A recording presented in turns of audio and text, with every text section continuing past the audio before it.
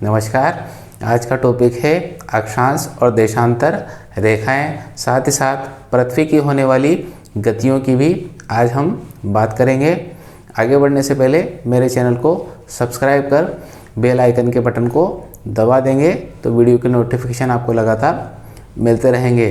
तो आइए स्टार्ट करते हैं। तो सबसे पहले बात कर लेते हैं अक्षांश रेखाओं की। तो ये जो पृथ्वी है इसकी आकृति गोलाकार या अंडाकार होती है। हम गेंद की सहायता से इसको भली भांति समझ सकते हैं।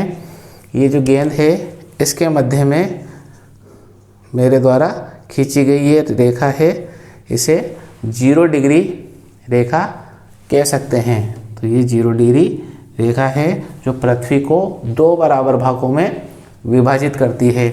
इसे भूमध्य रेखा या विषुवत रेखा भी कहते हैं। यह भाग सर्वाधिक उभरा हुआ भाग है, तो सूर्य की किरणें सर्वाधिक इसी पर ही पड़ती है। और ये जो काट के माध्यम से देखा जाए तो काट के माध्यम से सबसे जो बड़ा जो भाग है वो भूमध्य रेखा का या विषुवत रेखा का ही होता है। अब इससे एक निश्चित दूरी पर याम्योत्तर पे खींची जाने वाली जो रेखाएं हैं ये अक्षांश रेखाएं कहलाती है। साधारण भाषा में बात करें तो पूर्व से पश्चिम की ओर खींची जाने वाली काल्पनिक रेखाओं को अक्षांश रेखा कहते हैं। अब ये 0 डिग्री से इधर की साइड 90, अब ये उत्तर की साइड जो है इसको उत्तरी गोलार्ध कहते हैं, और जो विषुवत रेखा के दक्षिण में है उसे दक्षिण गोलार्ध के रूप में पुकारा जाता है। उत्तरी गोलार्ध में भी 90 अक्षांश रेखाएं और दक्षिणी गोलार्ध में भी 90 अक्षांश रेखाएं। इस तरह 90 और 90 180 कुल अक्षांश रेखाएं होती है। अगर इसमें 0 डिग्री अक्षांश रेखा को भी जोड़ दिया जाए तो इसकी संख्या कुल 181 हो जाती है। तो अगर कंपटीशन में सवाल पूछा जाता है कि अक्षांश रेखा की कुल संख्या कितनी है, तो अगर ऑप्शन 181 है तो आपको 181 ही लिखना है। अब बात कर लेते हैं, जैसे इसको विभाजन किया हुआ है काल्पनिक विभाजन, ये काल्पनिक विभाजन है और ये जो वृत्त है ये चाप है, ये लगातार ध्रुवों तक आते आते छोटे साइज में छोटे होते जाते हैं। तो यहाँ से जब 10, 20, 30 इस तरह ये टोटल यहाँ तक 90 हो जाते हैं। यहाँ से जब 23.5 डिग्री की जो काल्पनिक रेखा है उत्तरी गोलार्ध, इसे कर्क रेखा कहा जाता है। उसी तरह भूमध्य रेखा से दक्षिण में 23.5 डिग्री पर जो रेखा होती है उसे मकर रेखा के नाम से पुकारा जाता है। कर्क रेखा की बात करें तो कर्क रेखा भारत के मध्य से होकर गुजरती है और 8 राज्य ऐसे हैं जहां या तो वो मध्य से गुजरती है या उन राज्यों को स्पर्श करते हुए गुजरती है। अब वो राज्य कौन कौन से हैं, तो उसमें पहला है गुजरात, दूसरा है राजस्थान, तीसरा है मध्य प्रदेश, चौथा है छत्तीसगढ़, पांचवा है झारखंड, छठा है पश्चिम बंगाल, सातवां है त्रिपुरा और 8वां है मिजोरम। इस तरह ये 8 राज्य हैं और इनमें से सामान्यतः प्रश्न कई बार पूछा जाता है। अब राजस्थान के संदर्भ में बात करें तो राजस्थान के संदर्भ में ये जो रेखा है ये डूंगरपुर जिले को स्पर्श करते हुए निकलती है। मकर जो रेखा है ये मकर रेखा ऑस्ट्रेलिया जो महाद्वीप है और एक देश भी है उसके मध्य से होकर गुजरती है। बात करें अक्षांशों के बीच की दूरी की, तो एक अक्षांश से दूसरे अक्षांश के बीच की दूरी 111 किलोमीटर होती है। अगर सूर्य की स्थिति की, तो सूर्य की स्थिति लगातार बदलती रहती है। 21 मार्च से 23 सितंबर के मध्य सूर्य की जो सापेक्ष स्थिति होती है वो होती है कर्क रेखा पर।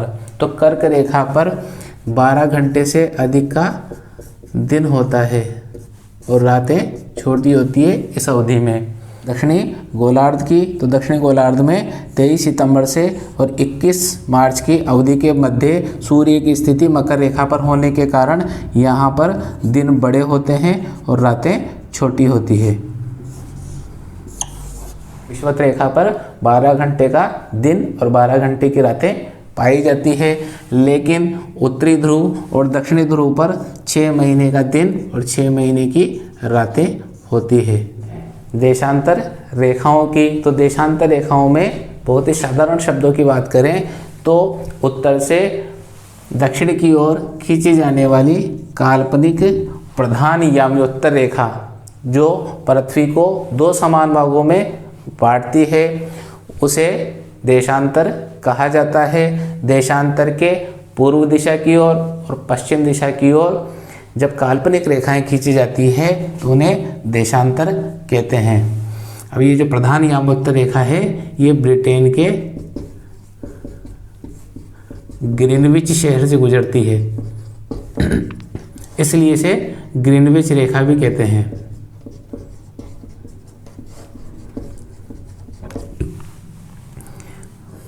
पश्चिम भाग और पूर्वी भाग, इस भाग में भी 180 देशांतर रेखाएं और इस भाग में भी 180 देशांतर रेखाएं। इस तरह कुल देशांतर रेखाओं की संख्या होती है 360। इसमें इस 0 डिग्री रेखा होती है देशांतर, इसको गिना नहीं जाता, इनकी कुल संख्या 360 ही मानी जाती है। एक देशांतर से दूसरे देशांतर के जो मध्य दूरी होती है वो होती है 111.32 किलोमीटर। जैसा कि आप जानते हैं सूर्य का उदय जो होता है वो पूर्व दिशा की ओर होता है और पश्चिम दिशा में वो अस्त होता है। तो सूर्य सबसे पहले उदय पूर्व दिशा में होता है और उसके बाद उसकी जो किरणें हैं पश्चिम की ओर बढ़ना प्रारंभ होती है। तो सूर्य की किरणों को एक देशांतर से दूसरे देशांतर में पार होने में 4 मिनट का समय लगता है, ये भी नोट करने की बात है। अब बात करें स्थानीय समय की। स्थानीय समय उस शहर से गुजरने वाली देशांतर रेखा पर निर्भर करता है। भारत पूर्व से लेकर और पश्चिम तक लगभग 30 देशांतरों में बटा हुआ है। इसका मतलब अरुणाचल से गुजरात तक का जो सूर्य की अवधि है, जो समय की अवधि है, उसमें लगभग सूर्य उदय की अवधि में 2 घंटे का अंतर है। अभी 2 घंटे का अंतर 30 गुणा 4, एक देशांतर को पार करने में 4 मिनट का समय, 30 देशांतर है तो 30 चौक 120 मिनट, 120 मिनट मतलब 2 घंटे। लेकिन भारत में सिर्फ एक ही समय तय किया गया है, उस समय को कहा जाता है मानक समय। पूरे देश की घड़ियाँ एक ही समय के अनुसार, एक ही देशांतर के अनुसार निर्धारित की गई है, इसलिए उसे मानक समय कहा जाता है। अब मानक समय भारत का 82.5 पूर्वी देशांतर से नियत किया गया है। 82.5 पूर्वी देशांतर इलाहाबाद के नैनी नामक स्थान से गुजरती है, इसलिए इसको भारत का मानक समय निर्धारित किया गया है। रेखा 180 डिग्री देशांतर से निर्धारित की जाती है। 180 डिग्री और ये जो अंतर्राष्ट्रीय तिथि रेखा है ये टेढ़ी मेढ़ी जिगजैग आकार की निर्धारित की गई है। अब ये जिगजैग आकार की निर्धारित क्यों की गई है? क्योंकि साइबेरिया से अगर इसको सीधा करके गुजारते हैं तो साइबेरिया 2 भागों में विभाजित हो जाता है। इस इधर का मान लो 3 फरवरी टाइम होता है तो दूसरे में 4 फरवरी की डेट हो जाएगी। इससे बचाने के लिए अलास्का और साइबेरिया को विभक्त अलग अलग कर दिया गया है। उसी तरह फिजी और न्यूजीलैंड को भी एक ही श्रेणी में एक ही समय में रखने के लिए इसको जिगजैग आकार दिया गया है। अब बात करें पृथ्वी की गतियों की, तो पृथ्वी की गतियाँ दो प्रकार की होती है। पहली गति होती है परिभ्रमण गति और या घूर्णन गति, और दूसरी होती है परिक्रमण गति।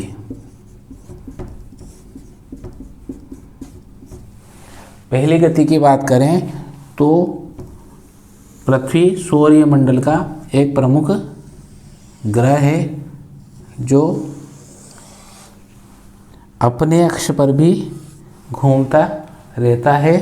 जब ये सूर्य की परिक्रमा करता है तो अपने अक्ष पर भी वो घूमता हुआ रहता है, और ये जो घूर्णन होता है ये पूरा चक्र 24 घंटे में पूर्ण हो जाता है अपने अक्ष पर।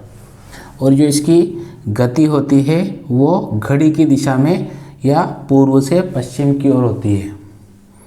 तो जिस तरफ सूर्य की रोशनी आती है, जिस तरफ सूर्य की दिशा होती है जिस भाग की, उस तरफ दिन और दूसरी तरफ रात होती है, और 12 घंटे में ये स्थिति बदल जाती है लगभग। तो ये गति कहलाती है परिभ्रमण गति या घूर्णन गति। जो गति होती है वो कहलाती है परिक्रमण गति।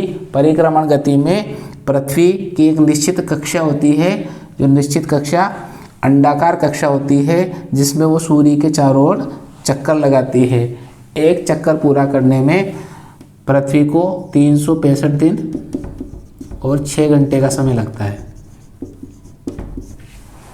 इस तरह ये 6 घंटे 4 वर्ष में 366 दिन में बदल जाते हैं, जिसे लीप वर्ष कहा जाता है। ये जुड़ते हुए, और जो फरवरी का महीना होता है लीप वर्ष में 29 दिन का हो जाता है। और इस अंडाकार गति में पृथ्वी जब अधिकतम दूरी पर हो जाती है तब 15.21 करोड़ किलोमीटर दूर हो जाती है, और ये पृथ्वी की अधिकतम दूरी है जिसे अपसौर कहा जाता है। अपसौर की स्थिति होती है 4 जुलाई को, और एक ऐसी स्थिति आ जाती है जब पृथ्वी सूर्य के सबसे करीब आ जाती है, वो स्थिति कहलाती है उपसौर। और इस स्थिति में पृथ्वी सूर्य से 14.70 करोड़ किलोमीटर दूर हो जाती है, और ये स्थिति आती है 3 जनवरी को। 3 जनवरी को पृथ्वी सूर्य के सबसे निकट आ जाती है। अगर आपको मेरा वीडियो पसंद आया हो तो दोस्तों के साथ शेयर करें, कमेंट बॉक्स में कमेंट करें।